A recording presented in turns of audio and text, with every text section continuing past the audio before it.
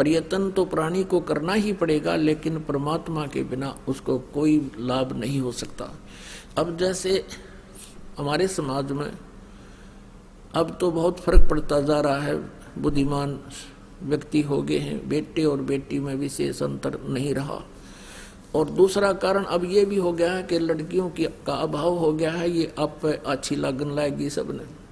और एक विशेष व्यवस्था इस परमात्मा की कृपा से यहाँ इस आश्रम से एक विशेष व्यवस्था बनाई गई है कि जैसे हम पहले बेटी के विवाह में बहुत ज़्यादा ही दुखी हो जाया करते थे, ना जाने कितना दान करते थे, फिर भी अगले का पेटा नहीं भरता था, ऐसी नीयत खराब हो गई थी।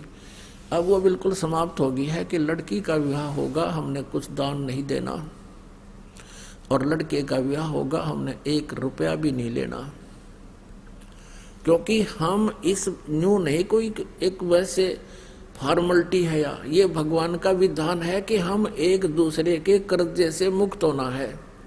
हम एक दूसरे का ले दे का यही फंसे रहते हैं। जैसे कोई आज किसी से धोखाधड़ी करके कोई 20-30 लाख रुपये, 50 लाख रुपये, 10 लाख रुपये, 2 लाख रुपये कोई ले लेता है, उसके हड़प जाता है, तो अगले जन्म में उसने देने पड़ेंगे और जमाई बन के लेगा।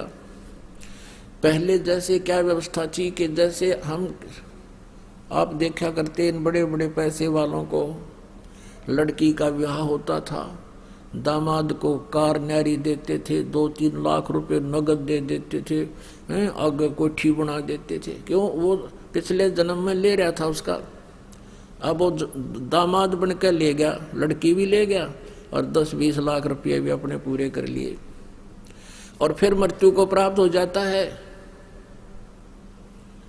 एक बहुत बड़ा अधिकारी था,